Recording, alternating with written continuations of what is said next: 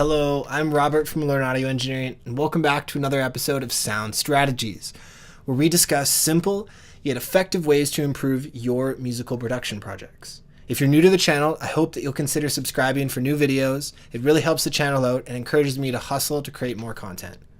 The last few weeks, we've been focusing on mixing, and I've been getting a lot of great feedback, hearing that this channel is really helping you to better understand the process of mixing, and that makes me really happy. I really appreciate the support, and I want to keep doing more of it. So I want to remind you all that this channel is not about me sitting here all high and mighty and claiming to know everything about recording and mixing. Okay, this channel is for you.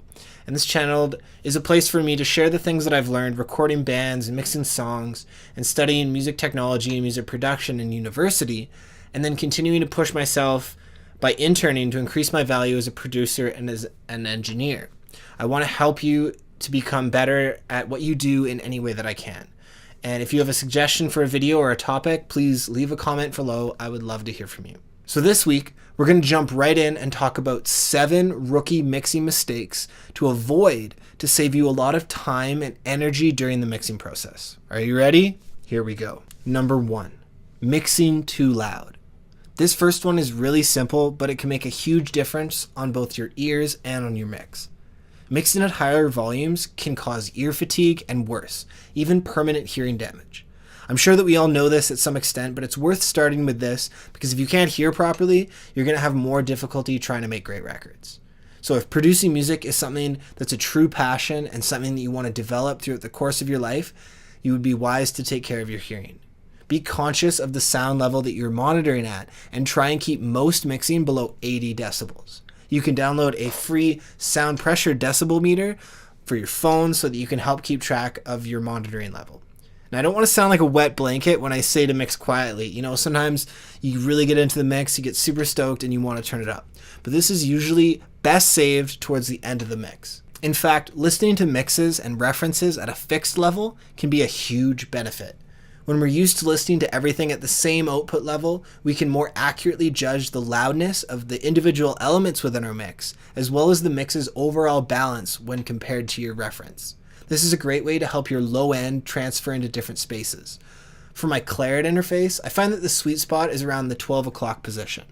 But there's also another reason to keep mix levels low. Our ears are actually less sensitive to differences in amplitude at higher volumes.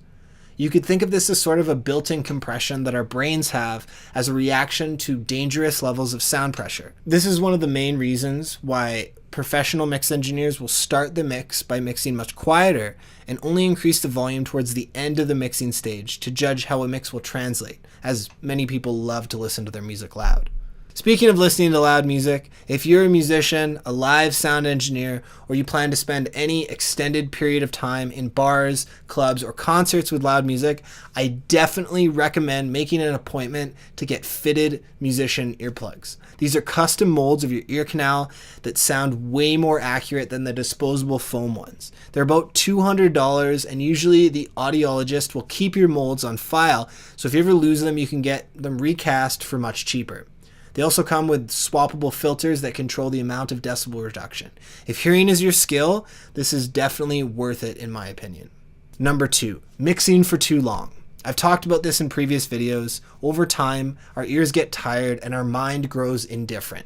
Sometimes it may seem like a massive mixing marathon would be the right way to totally crush it and power through a client's album, but you're going to find that your output falls flat. Just like mixing too hard is hard on your ears, mixing for too long is tough on the ears, the mind, and your attention.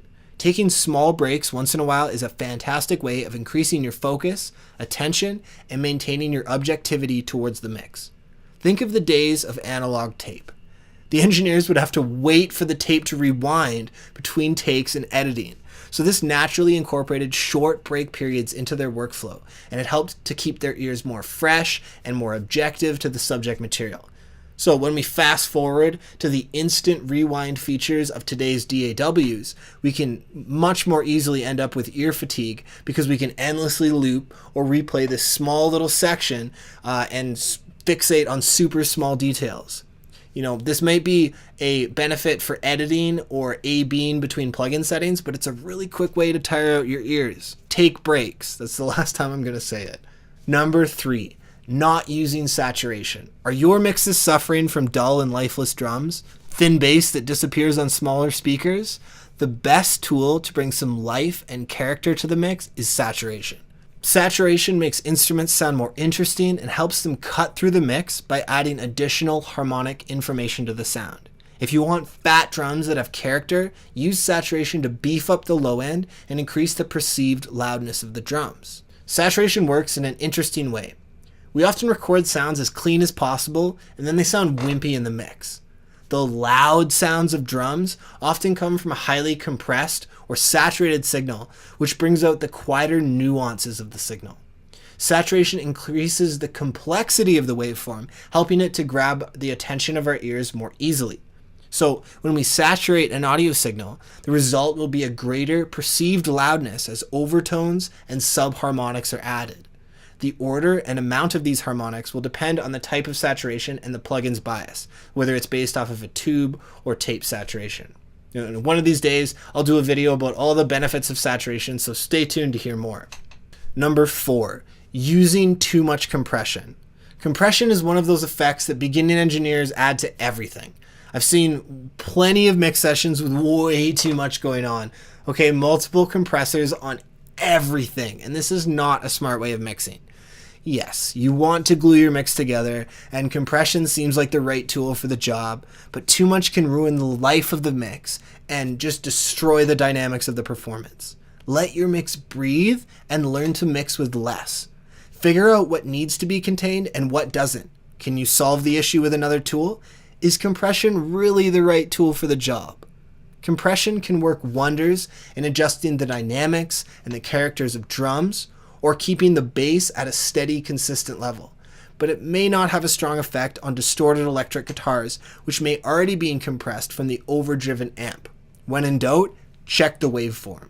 Is it overly dynamic? If so, compression might be a possible way of smoothing out the overall loudness of the track. If not, compression likely won't have much of an effect. Sometimes multiband compression can be a useful tool for managing a specific part of the performance, like the boominess of palm muting on heavy guitars. Also, transient designers can be a great alternative to control the impact of the signal and its duration. Using compression sparingly also has a historical logistical reason. Before digital, in a purely analog world, engineers had a finite amount of compression units available in the studio.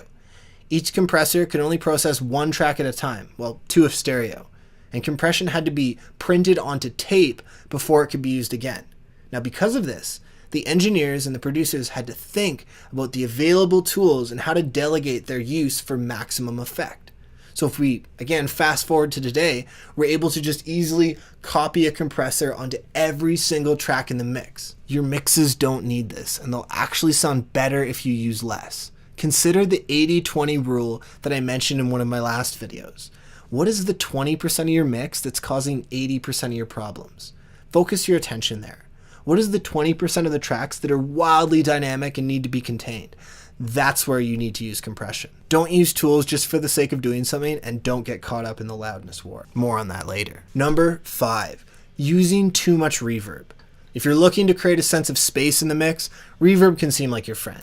It can make the vocals sound really cool and make everything sound big and epic. However, too much reverb will quickly add up to a muddy mix as everything is pushed back into this cloud of hazy, dirty mess. Reverb is used to add a sense of depth to the mix and adjust the distance from the performance to the listener. Shorter reverbs that contain a lot of early reflections can lift a track out of a dense mix and increase the impact of that element, whereas long reverbs do the opposite and push tracks further back in the mix. There are many different uses for reverb depending on the song and the desired effect. In general, what we're trying to do with reverb is to separate different instruments into different distances from the listener. We can bring some tracks forward and push some tracks back to increase the perceived depth within our mix. But if we use too much reverb and we place it on too many tracks in the mix, we begin to lose this separation of depth as everything starts to sound as if it was painted with the same color. Number 6, focusing on loudness. Now, loudness is a very hot topic for modern recording. You've probably heard of the loudness war, in which each artist appears to be in a race to explode through the speakers and have mixes that are louder than anyone else's. So what is loudness, and what's wrong with starting a war to have the loudest mix? Now, having loud mixes isn't a bad thing. It's fair to say that you want your mix to sound fat and loud and to stand up when compared to professional mixes on whatever format or streaming service that you use to distribute your music through. But what makes the potential for a loud mix? The answer is balance. Balance and range. Dynamic range. Our ears distinguish loudness based on context. Something sounds loud to us when our ears know what quiet is. If everything in your mix plays back at the same level, well, what's loud about it? The distance between the quietest and the loudest sounds within a mix is referred to as the dynamic range. And this is an important factor for creating loud sounding mixes. A smaller dynamic range means that there is less difference between the transient peaks of the drums and the rest of the tracks. This can happen from overcompression or a poor balance, and it's often known as the crest factor, the difference between the peak values and the RMS value of the track. A difference of 6 to 10 dB will result in a nice mix and will make your master and engineer quite happy. Whereas a crest factor of less than 3 dB will sound, well, not very dynamic at all. So there are 3 types of balance that lead for the potential for loudness: volume, frequency, and dynamic balance. I've just talked about dynamic balance, so we'll talk about the other 2. So if the instruments within a mix have poor volume balance, then the output will clip before any real gain is applied. And this often happens when mixes are way too hot, so get into the habit of reducing the clip gain or balancing the faders in a subtractive manner to gain some extra headroom and find a balance without clipping the output meter. When we're managing frequency balance with EQ, cutting is a good habit to practice. Cutting frequency areas that are unnecessary to the track's clarity and energy can help to clean up your mix by removing what is ugly or resonant or just cluttering the mix. This will clean up the frequency spectrum of your mix by ensuring that each range of frequencies is more balanced. And finally, number 7, doing everything all at once, multitasking. When you get really into the zone, it can be tempting to focus your attention on multiple stages of music production all at once. And this tends to be counterproductive as our brain is focused on more than one part of the process. This can be a difficult thing to resist, especially if you're working on the song alone and you're accountable for the recording and the editing and the mixing and the mastering of the song. So try and break work sessions into the different stages of this process. Finish all of your recording before you get too heavy into editing. Fight the urge to fine-tune the idiosyncrasies of the song and focus on recording all the parts as best as possible. This way you can focus on the recorded sound to be as close to the desired sound as possible.